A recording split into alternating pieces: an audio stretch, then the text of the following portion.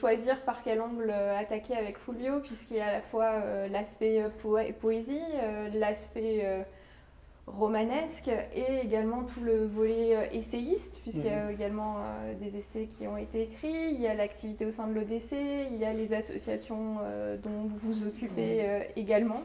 Alors on a fait le choix qu'on pourra peut-être ouvrir au moment plutôt des questions, de se concentrer sur le dernier roman qu'a publié Fulvio, qui s'appelle Un été catalan, qui est sorti chez Balzac Éditeur et qui va lancer en tout cas notre dialogue à tous les deux.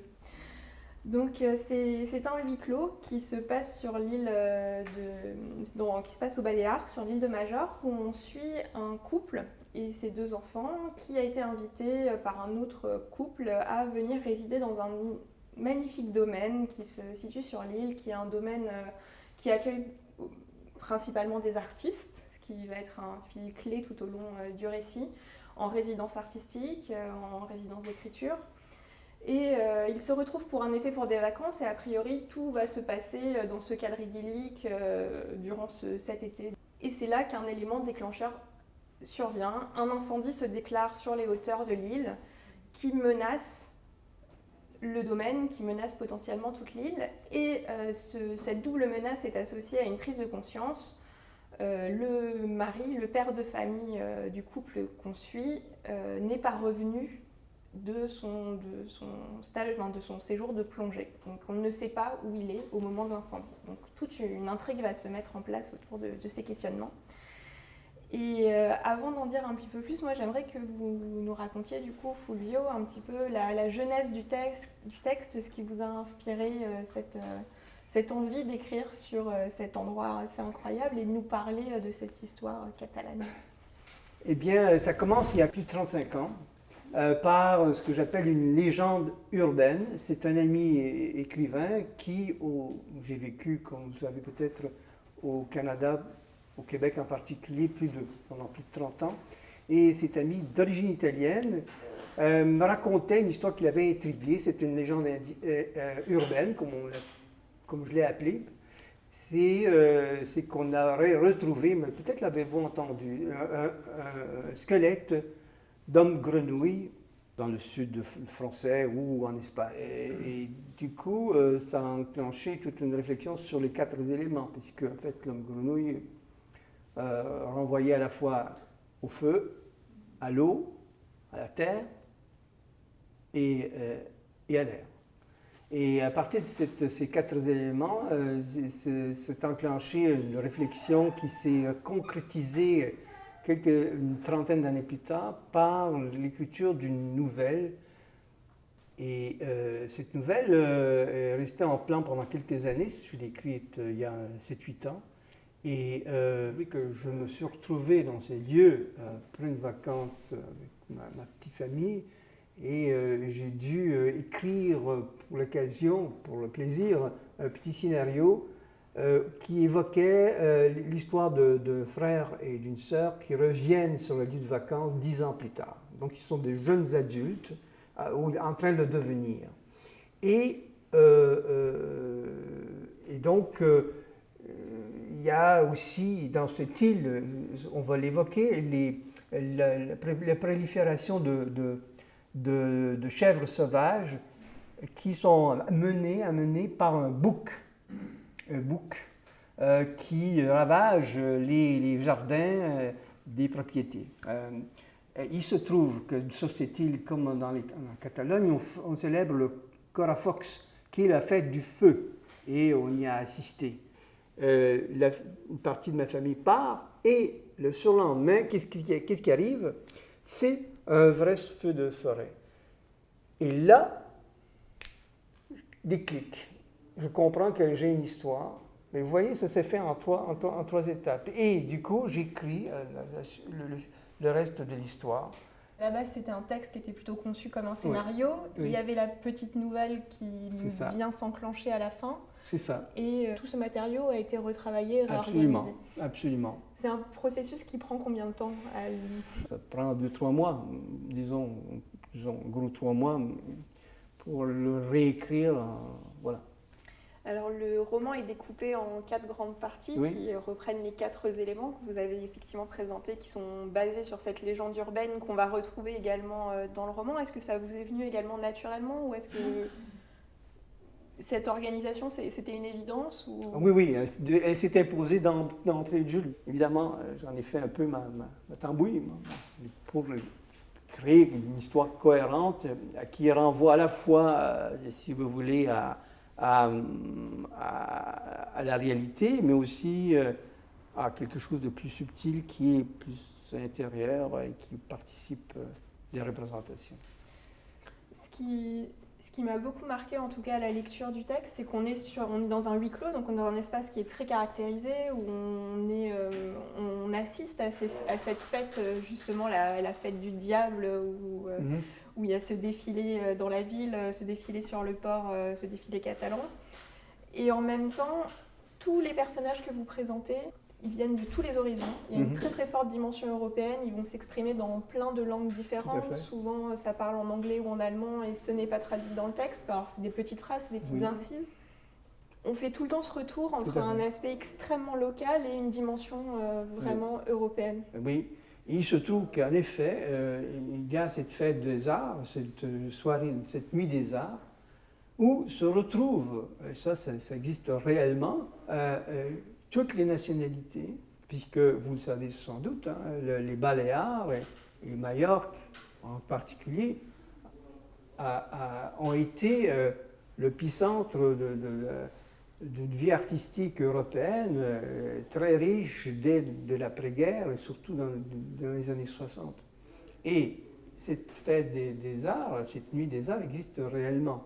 Et c'est évidemment un miroir de l'Europe qui se cherche à travers aussi et qui cherche un lieu aussi pour dépasser ces conflits d'une certaine façon et ces difficultés auxquelles on est confronté d'ailleurs avec la pandémie, entre autres, de parler d'une seule voix, d'une certaine façon, de se retrouver à travers la culture.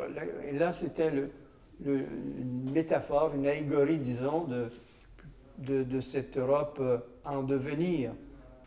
Alors, on peut s'attarder peut-être sur le personnage de Lily, qui vous a été directement inspiré par une histoire mythologique. Peut-être que vous pouvez nous en parler un petit peu plus. Oui. C'est un personnage qui tout de suite a surgi soudain, parce que dès lors que je commençais à écrire l'histoire de la venue de ces deux frères et sœurs, le frère étant plus jeune. Et j'ai dit, mais bon, il faut un tiers, et c'est la fille d'un des personnages qu'on voit tout de suite dès l'entrée dans le premier chapitre, qui a cette fille qu'il a récupérée d'un premier mariage. Donc c'est leur vis-à-vis. C'est elle qui va faire éclater le soucoule cocotier, si vous voulez, et va les amener dans un tourbillon qui va les révéler à eux-mêmes. Voilà. Alors, évidemment, on sent quelques violences aussi. C'est intéressant parce que finalement, vous voulez nous amener à réfléchir sur notre monde actuel en recourant quand même la plupart du temps à la fiction. Et quand je vous en avais parlé, vous m'aviez dit que pour vous, écrire de la fiction, c'était pour un écrivain une énorme prise de risque. Est-ce que vous pourriez nous expliquer pourquoi ? Eh bien, parce qu'aujourd'hui, je résume mon sentiment que dans les arts comme dans la littérature, on assiste à un processus de fixation qui se résulte au niveau littéraire à l'événement du naturalisme, comme si on était à la fin du 19e siècle, à une littérature du témoignage, à une littérature réaliste, qui a toute sa dignité, mais qui réduit le risque à peu de choses finalement. Et ceux qui prennent ce risque sont noyés dans la masse, hein, quelque part. Comment une voix singulière peut s'affirmer? Il y en a heureusement quelques-uns, mais c'est tout le travail enfin, je me suis donné en tout cas, enfin tout le travail, on est tous quelques-uns à essayer de faire bouger les lignes d'une certaine façon, parce qu'il s'agit de faire bouger les lignes. Alors si on fixe les lignes d'entrée de jeu, ça ne laisse pas beaucoup de jeu, justement. Et aujourd'hui, grosso modo, dans cette avalanche, il y a combien de titres qui sont sortis cette année à la rentrée? Il y a plus de 500 titres, sans parler des nouveaux romans. C'est hallucinant. C'est une surproduction qui a tendance, qui comment dire, a cet effet pervers de rendre inaudible toutes les quelques repos singulières. En tout cas, voilà, c'est mon opinion. Il n'engage que moi. Oui. Oui, allez-y. Si je te comprends bien, tu veux dire que une œuvre de fiction est plus risquée qu'un témoignage. Absolument. Mais on confond le récit avec le roman, c'est incroyable. Y compris les critiques les plus affûtées, dit-on. C'est hallucinant.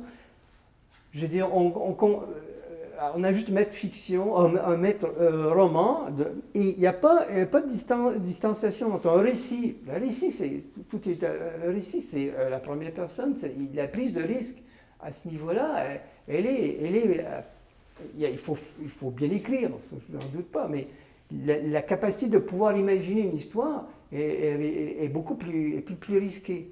Et ça, finalement, ça reste la partie congrue, la portion congrue.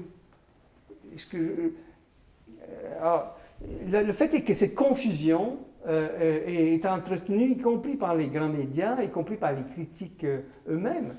Et ça a comme conséquence d'affaiblir et de fixer. Ça a comme conséquence de fixer le langage et d'éviter qu'il puisse vraiment se régénérer. C'est une importance, pour moi, capitale. Ça. En fait, dans ton histoire personnelle, il y a un chevauchement entre l'Italie et après l'Amérique du Nord, bien sûr. Le Canada. Et oui. En fait, du coup, le Canada, pour toi, en termes d'influence littéraire ou d'imaginaire et tout, dans tes romans ou dans ton écriture, ça correspond à quel roman ou quelles images, qu'est-ce que ça enrichit dans ton imaginaire et dans ton écriture, quoi.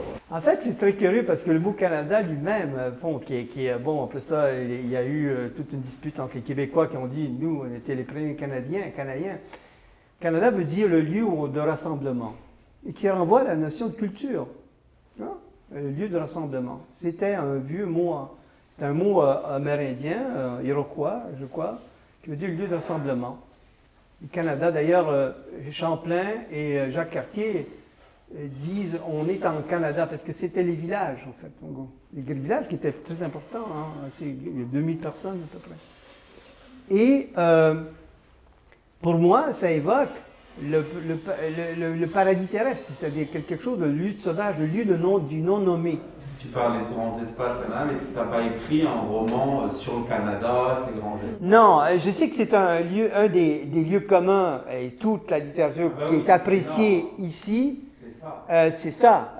Donc, il y a un festival américain, ce qu'on cherche, c'est ça. Les coureurs de bois, les Indiens, l'histoire entre l'un et l'autre. C'est jouer justement sur le côté exotique. Et moi, j'y suis allergique. Je suis allergique comme on est allergique aux moustiques. C'est l'exotisme. Et ça, c'est un piège. Parce que l'exotisme, c'est le corollaire d'une littérature nationale. C'est exactement l'opposé. Et c'est pas moi qui le dis, c'est un des grands chercheurs de la diversité culturelle qu'on a failli inviter, malheureusement, il est décédé. C'était Tsvetan Todorov. Il l'a dit dans un des essais. L'exotisme, c'est un corollaire du nationalisme. Et moi, je suis pour le l'éclectisme. C'est la prise de risque, c'est ça que j'évoquais. L'éclectisme. Pas mal. Voilà.